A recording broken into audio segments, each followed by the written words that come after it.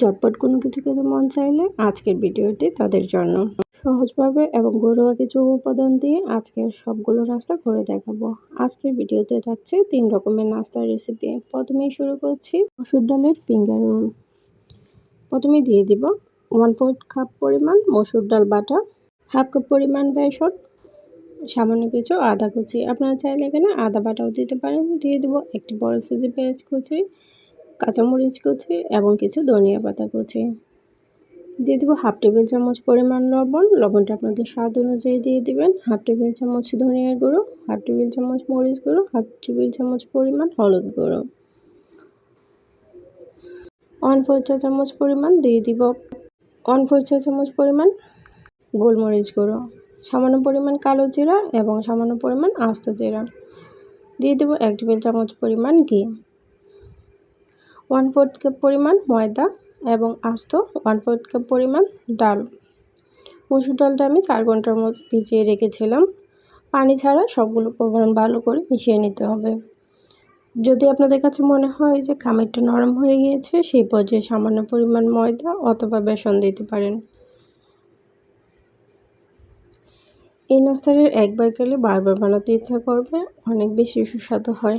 আমি এই প্রথমেই বানিয়েছি আর খেতে অনেক বেশি সুস্বাদু ছিল, সবাই প্রশংসা করেছে। ঘিয়ের পরিবর্তে আপনারা কিন্তু তেলও ইউজ করতে পারেন। এখন হাতে সামান্য পরিমাণ তেল লাগিয়ে নিচ্ছি, লাগিয়ে লম্বা লম্বা করে বানিয়ে নিচ্ছি। আপনারা চাইলে এটা গোল করেও বানিয়ে নিতে পারেন। এভাবে করে সবগুলো বানিয়ে নিব। ভিডিওটি অবশ্যই শেষ পর্যন্ত থাকবেন, কোনো স্কিপ করবেন না। আশা করি ভিডিওটি সবার কাছে ভালো লাগবে। আর শেষের নাস্তাটা কিন্তু অনেক বেশি সুস্বাদু, তাই ভিডিওটি শেষ পর্যন্ত দেখব।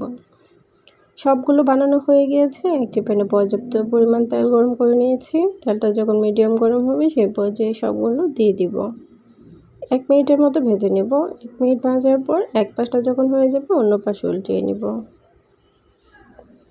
আপনারা চাইলে এটা ডুবো তেলেও ভেজে নিতে পারেন। ব্রাউন কালার হওয়া পর্যন্ত অপেক্ষা করছি। এখনও যারা চ্যানেলটি সাবস্ক্রাইব করেনি প্লিজ সাবস্ক্রাইব করে নিন। একটি সুন্দর কালার চলে আসছে, এই পর্যায়ে নামিয়ে নিচ্ছে। আর এটা অনেক বেশি ক্রিস্পি হয়েছে, আপনারা একবার হলেও এটা ট্রাই করতে পারেন। এখন চলে যাচ্ছে পাকোড়া রেসিপি। আর এই পাকোড়াটা খেতে অনেক বেশি সুস্বাদু, অন্য যে কোনো পাকোড়ার থেকে এই পাকোড়াটা কিন্তু অনেক বেশি সুস্বাদু হয়। আপনারা একবার হলেও এটা ট্রাই করতে পারেন। নিয়ে নিব হাফ কাপ পরিমাণ আলু গ্রেট করে নিয়েছি।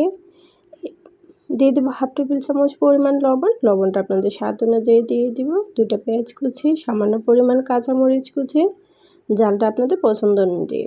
দিয়ে দেবো 1 কাপ পরিমাণ মসুর ডাল বাটা।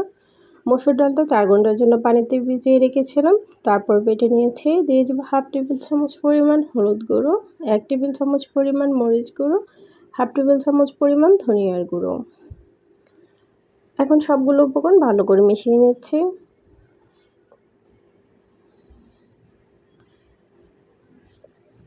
এখনও যারা চ্যানেলটি সাবস্ক্রাইব করেনি প্লিজ চ্যানেলটি সাবস্ক্রাইব করে নিন।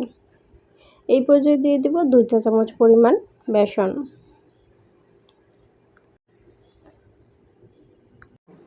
এবং 1/4 কাপ পরিমাণ নিয়েছি চালের গুঁড়ো।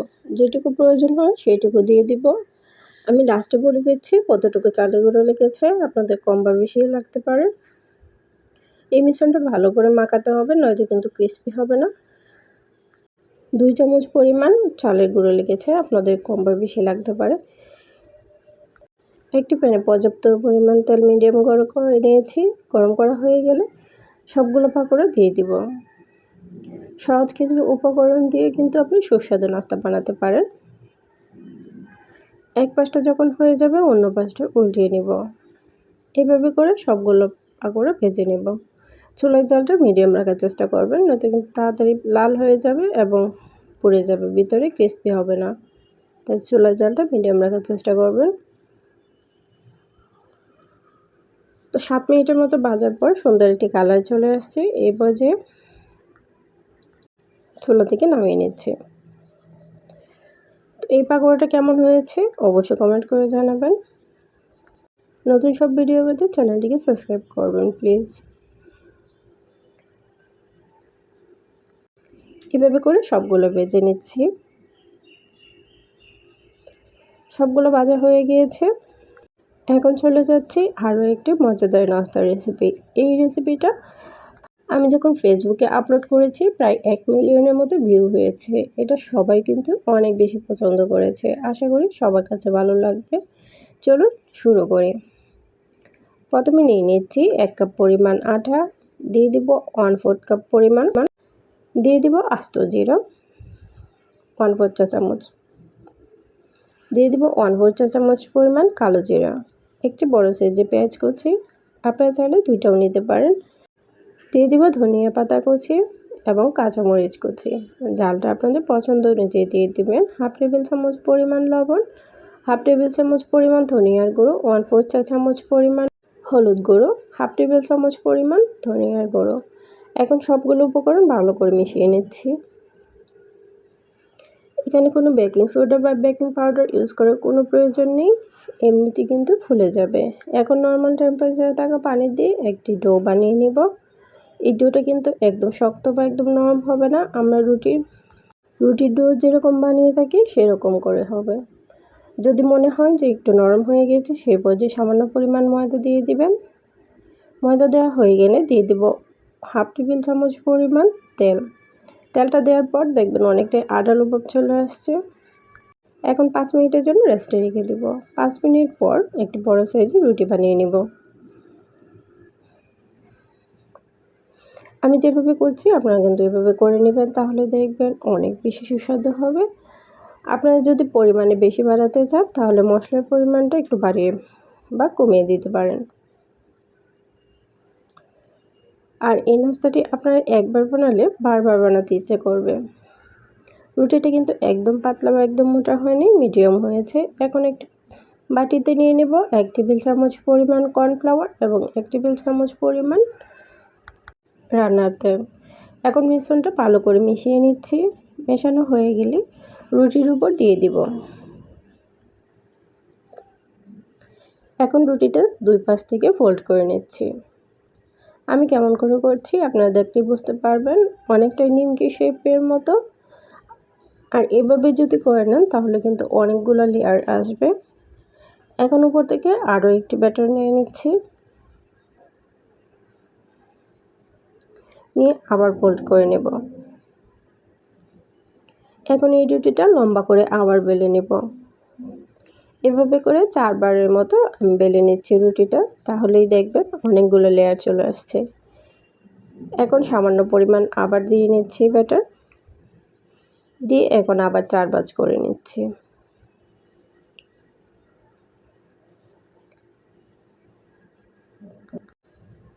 হয়ে গিয়েছে। এখন একটি বেলনের সাহায্যে একটু লম্বা করে নেব।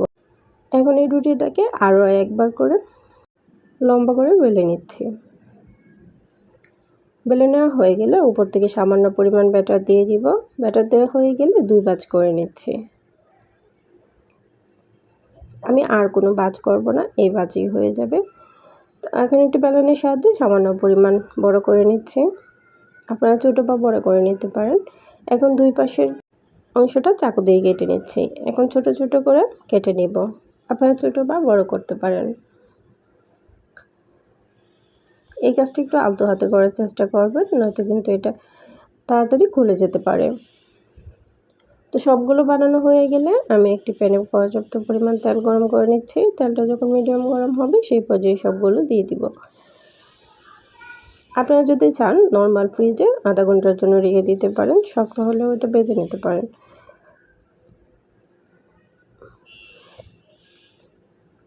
1 মিনিট ভাজার পর এক পাশটা যখন হয়ে যাবে অন্য পাশটা উল্টিয়ে নিচ্ছি। যতক্ষণ পর্যন্ত একটি সুন্দর কালার চলে না আসছে ততক্ষণ ভেজে নেব। এখনও যারা চ্যানেলটি সাবস্ক্রাইব করেনি প্লিজ সাবস্ক্রাইব করে নেন। আর এই নাস্তাটি একবার হলেও ট্রাই করবেন, আশা করি ভালো লাগবে। তো সুন্দর কালার চলে আসার পর আমি উঠিয়ে নিচ্ছি। এভাবে করে সবগুলো ভেজে নেব। তো নাস্তাগুলো কেমন হয়েছে অবশ্যই কমেন্ট করে জানাবেন, এবং নতুন আরও একটি ভিডিও দেখার আমন্ত্রণ জানিয়ে আজকের মতো বিদায় নিচ্ছি। আল্লাহ হাফেজ।